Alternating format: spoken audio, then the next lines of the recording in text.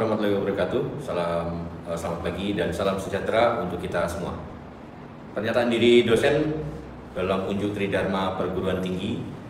Perkenalkan, nama saya Dr. Roy Sumaryono dengan NIDN 0715037505. Saya sebagai salah satu dosen tetap program studi Magister Manajemen di STIE Mahardika Surabaya, dan sebagai seorang dosen saya telah melakukan Tridharma Perguruan Tinggi yang terdiri dari pengajaran, penelitian, dan pengabdian masyarakat. Berikut ini adalah pernyataan diri dosen dalam unjuk kerja Tridharma Perguruan Tinggi bidang pengajaran saya yang saya lakukan pada kesempatan ini akan memaparkan salah satu mata kuliah, yaitu Manajemen Operasi dan Strategi. Manajemen operasi adalah seni dan ilmu dalam mengelola proses produksi dan layanan perusahaan untuk memastikan efisiensi dan efektivitas, di mana bahwa manajemen operasional mencakup berbagai macam aspek seperti perencanaan, pengorganisasian, pengarahan, dan pengendalian semua sumber daya perusahaan. Manajemen operasional merupakan bagian dari manajemen yang erat kaitannya dengan proses controlling, perancangan dan pengendalian suatu kegiatan di dalam production. Selain itu, manajemen operasional bertugas mengendalikan kegiatan produksi dan proses perbaikan serta kegiatan di dalam kegiatan bisnis dan dalam produksi barang dan jasa. Manajemen operasional merupakan aktivitas perusahaan dalam melakukan perubahan rangkaian inputan dasar seperti pengolahan bahan baku, energi, kebutuhan konsumen, informasi, dan kemampuan perusahaan untuk menjadi output bagi konsumen. Bidang pekerjaan berhubungan dengan bagian lain di perusahaan terkait dengan manajemen operasional adalah bagian pemasaran, penjualan, keuangan, dan erat kaitannya bahwa manajemen operasional ini adalah teknologi di mana perusahaan harus bersiap diri menghadapi segala perubahan terkait dengan lingkungan internal maupun eksternal guna mencapai suatu keunggulan kompetitif. Manajemen operasional dan strategi dengan kode mata kuliah 40230024 dengan jumlah SKS 3 SKS semester 6 dan dilakukan di hari Senin, setiap hari Senin pukul 09 waktu Indonesia bagian Barat di ruang kuliah 506 di STIE Mahardika Surabaya. Tujuan dari mata kuliah Manajemen Operasi dan Strategi diharapkan bahwa setelah mengikuti perkuliahan sebanyak 14 kali, mahasiswa mampu memahami dengan baik proses operasi dan produksi sebagai salah satu fungsi di dalam bisnis dan dilakukan secara efisien dan efektif.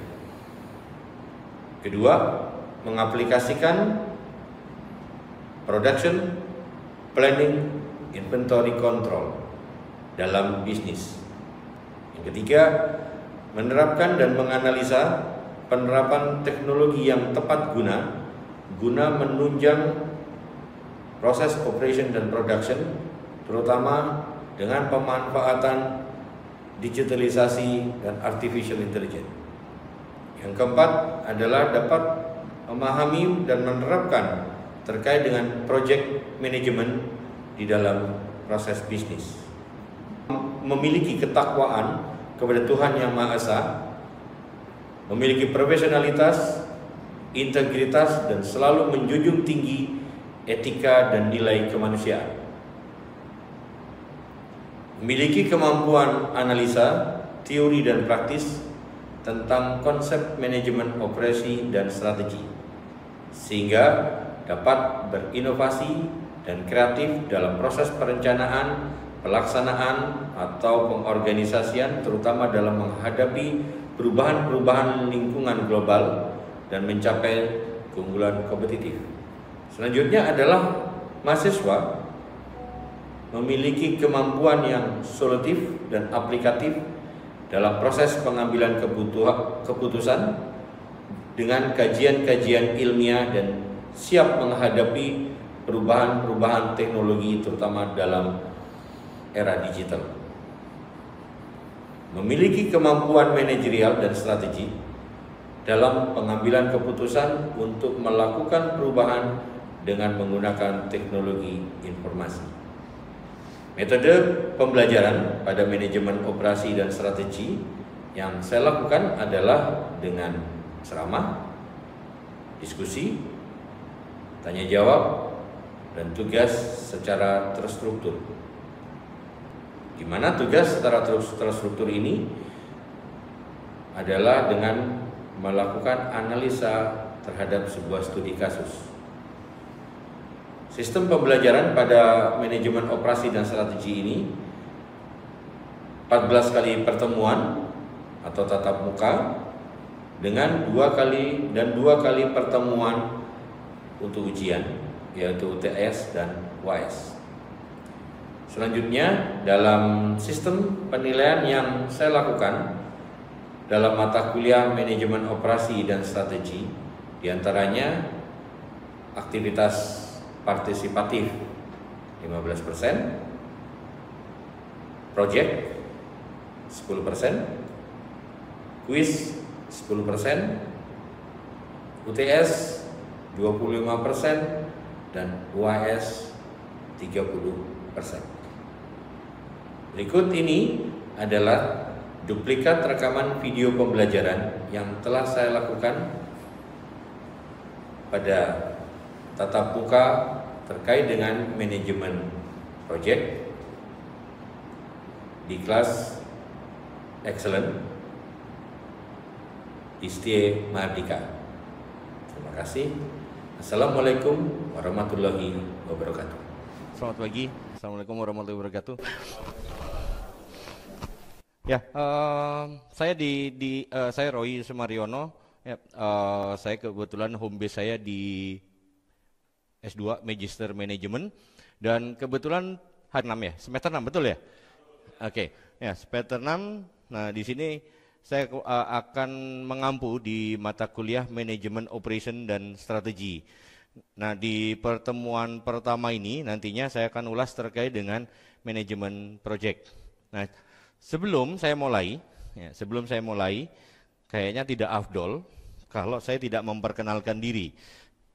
Ya, mungkin teman-teman mungkin sudah mungkin pernah mendengar nama saya, tapi better saya akan explain lebih detail. Nama saya Roy Sumaryono. Ya, kemudian saya di pendidikan saya untuk S1 saya adalah Teknik Sipil di Institut Teknologi Nasional Malang.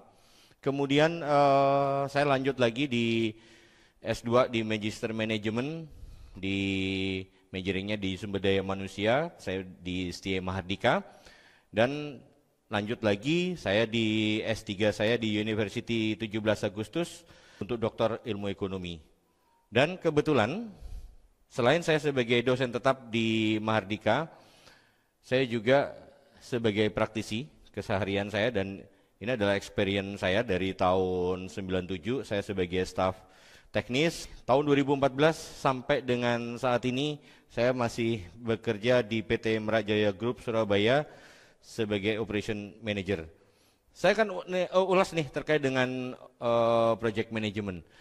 Kira-kira dari teman-teman, ya kan, dari teman-teman ini pernah nggak mengenal istilah manajemen proyek atau project management? Pernah nggak mendengar nih? Nah, apa nih kira-kira menurut Mas apa? Oke, Mas Sandi. Apa ini terkait dengan apa proyeknya kah atau manajemen proyek? Apa itu manajemen proyek menurut Mas Sandi nih? Menurut saya manajemen proyek itu mengelola suatu pembangunan pembangunan untuk mengelola keluar masuk untuk barang untuk kebutuhan proyek tersebut. Oke. Mas apa nih? Oh, Mas Umam. Oke. Apa nih terkait konsepnya nih? Hanya sekilas sih, kalau menurut saya sih project management pengelolaan dalam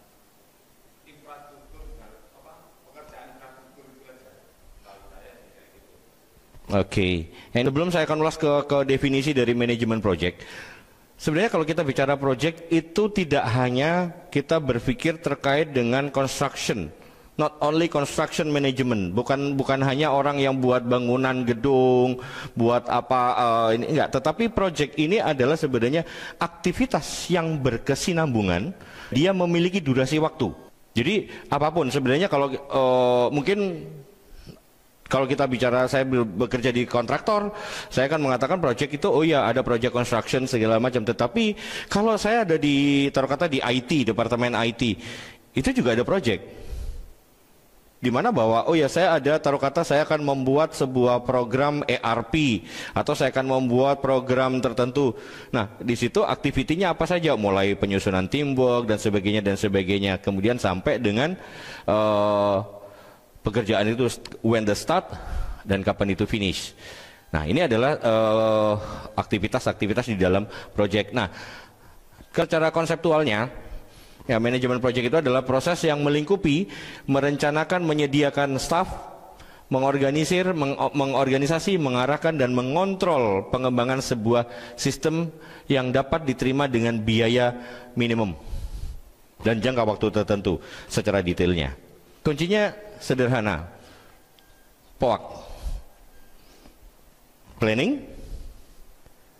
organizing, actuating, controlling.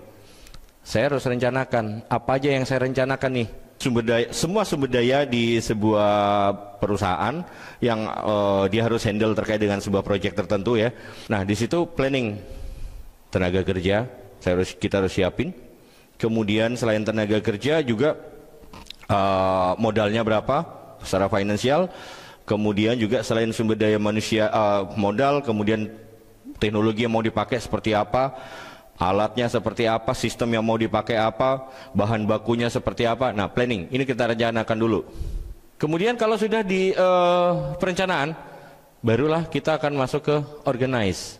Organize ini berarti kita digabungkan semuanya tadi, kita gabungkan untuk jadi satu, untuk untuk bisa masuk ke ini implementasi.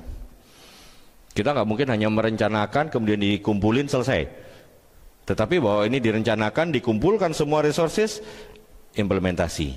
Ya, diimplementasi. Kemudian setelah diimplementasi, apakah diimplementasi saja? Tidak. Tentunya bahwa ada proses ini, evaluasi, controlling. Seberapa efisiennya cost yang sudah dikeluarkan, seberapa efektifnya terhadap timeline yang ditentukan.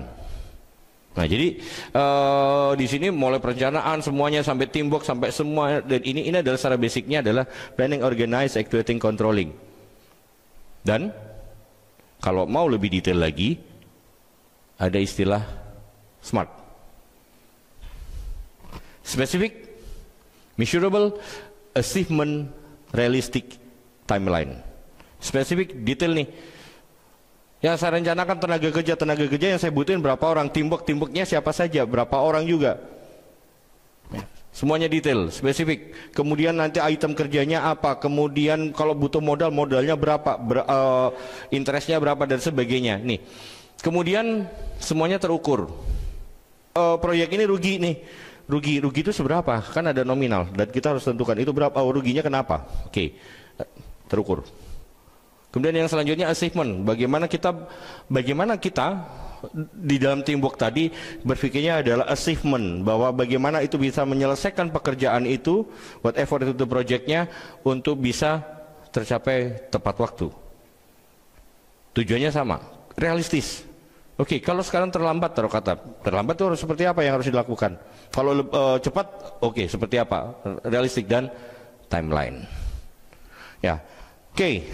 Nah, manajemen project tadi yang saya detailkan, ini lebih detailnya adalah inisiasi. Jadi kalau ada sebuah pekerjaan, maka saya di situ tujuan projectnya apa, kemudian orang-orangnya siapa, sampai dengan perencanaan detail.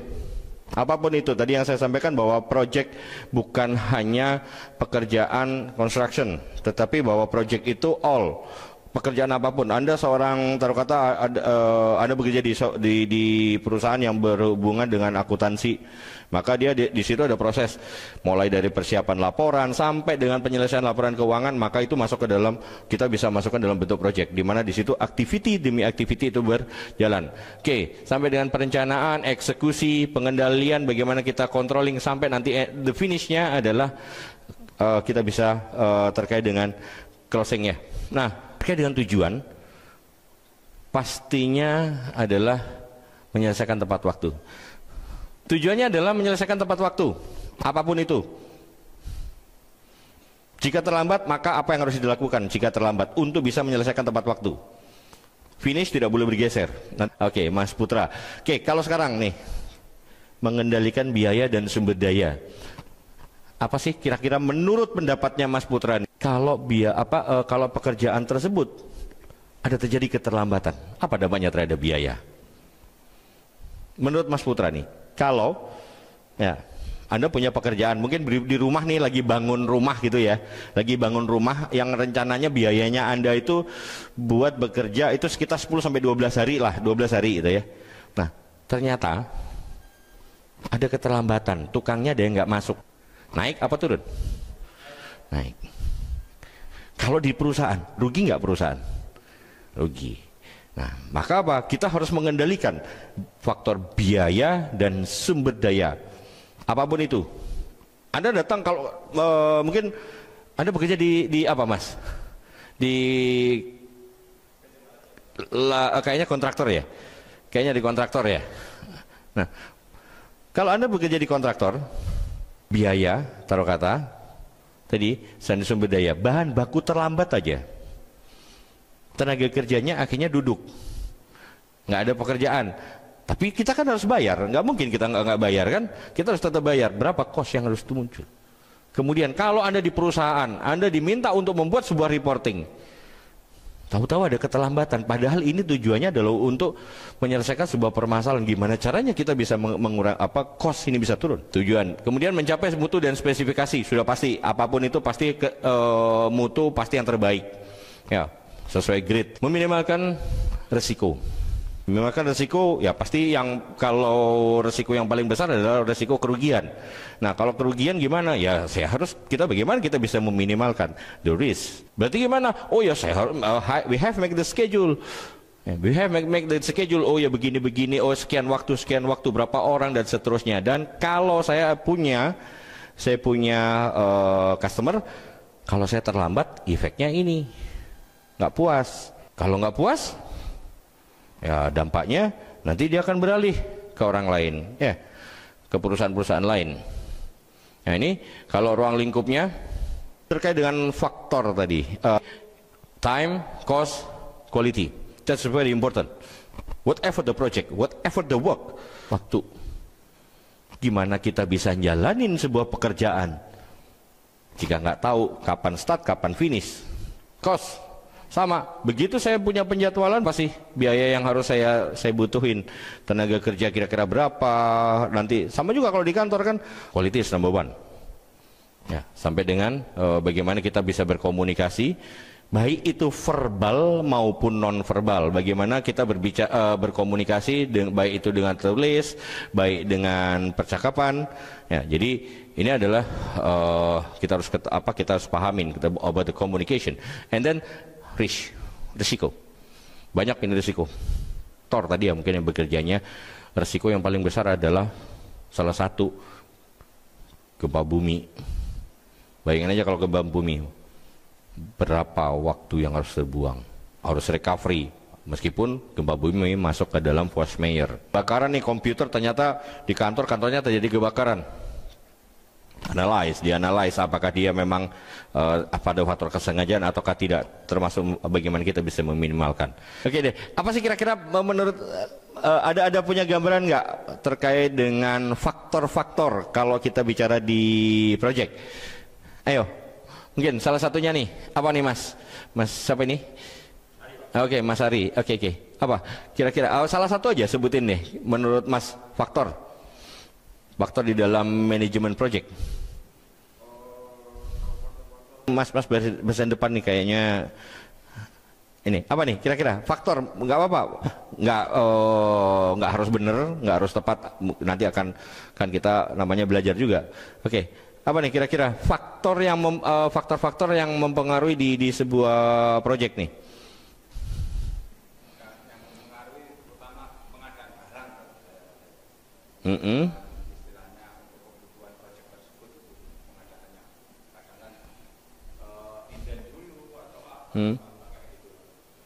Oke, ada pengaruhnya. Oke, Mas, siapa tadi? Oh, oke, Mas Rizal. Ya, go ahead. Pengelolaan tim proyek. Oke. Nih faktor-faktor yang ada di dalam sebuah proyek. Yang pertama adalah people. Tadi yang disampaikan adalah bagaimana terkait dengan sumber daya manusia. Nih, elemen-elemen terpenting yang mendukung sebuah proyek. Kalau istilahnya orang Jawa, ya kan, istilahnya orang Jawa itu the right man in the right place. Bahasa Jawa sih itu ya, the right man in the right place. Orang yang tepat berada di tempat yang tepat. Jadi dia harus menguasai. Kalau tadi proyeknya di bidang accounting, karena dia harus membuat suatu reporting kepada direksi every month. Kalau kata yang bekerja di situ orang teknik sipil, kemudian orang yang sastra, kemudian yang tidak punya latar belakang keuangan, meskipun mereka bisa belajar, tapi need the time, the wrong time is not good. Akhirnya apa? Ya membuang waktu kan. Nah, timnya harus siapin. Dia bagian kasir, bagian accounting, bagian finance, bagian piutang dan sebagainya. Dan dia berlatar belakang di latar belakang yang tepat. People sebagai elemen terpenting. Kalau istilahnya kalau sumber daya yang paling unik itu, kalau kan ada nih man, money, method, machine, material, tenaga kerja, modal, teknologi, sistem dan sebagainya sampai bahan baku. Itu yang paling unik dan paling krusial adalah sumber daya manusia. Apapun itu, perusahaan itu punya kemampuan terhadap modal yang besar, teknologi yang menggunakan teknologi computerized yang terbaru sekalipun, tetapi tanpa didukung sumber daya manusia nggak akan fungsi itu. People nih, karena dia adalah sebagai penggerak motorisnya. Nggak mungkin tadi perusahaan komputer itu berjalan sendiri, meskipun kita sekarang sudah menggunakan AI. AI pun kita masih we have make the prompt atau perintah ke AI supaya dia bisa mengenerate tadi. Oke, kedua adalah proses. Punya orang tapi nggak punya proses, nggak jalan, ya kan? Nggak jalan. Kemudian pada saat sudah proses, maka produk nih. Kalau ini sudah jadi, maka harus jadi produk. Jangan sampai nggak jadi produk, karena ini sudah cost juga sudah efisien waktu dan kalau di manajemen proyek itu kan waktu, biaya dan tenaga kerja, biaya dan quality. Bagaimana itu bisa terpenuhi? Oke, kemudian produk harus menghasilkan produk-produk yang bagaimana? Produk yang memiliki kualitas number one sesuai dengan spesifikasi yang ada. Oke, kemudian setelah itu, semua kebutuhan kerja untuk membuat produk nyata ini real. Nah, ini adalah faktor-faktornya. Nah, kemudian kalau saya akan membuat tadi Pak atau Mas Mbak ya, kalau kita membuat project nih ya, kita membuat sebuah kan tadi harus ada penjadwalan ya, penjadwalan itu ada berbagai macam sih, ada berbagai macam tools yang bisa digunakan, pakai Gantt chart ya, nanti ada softwarenya sebenarnya. Kemudian ada nama istilahnya critical path method. Critical path method ini adalah jalur kritis di mana tidak boleh ada keterlambatan 1 hari pun.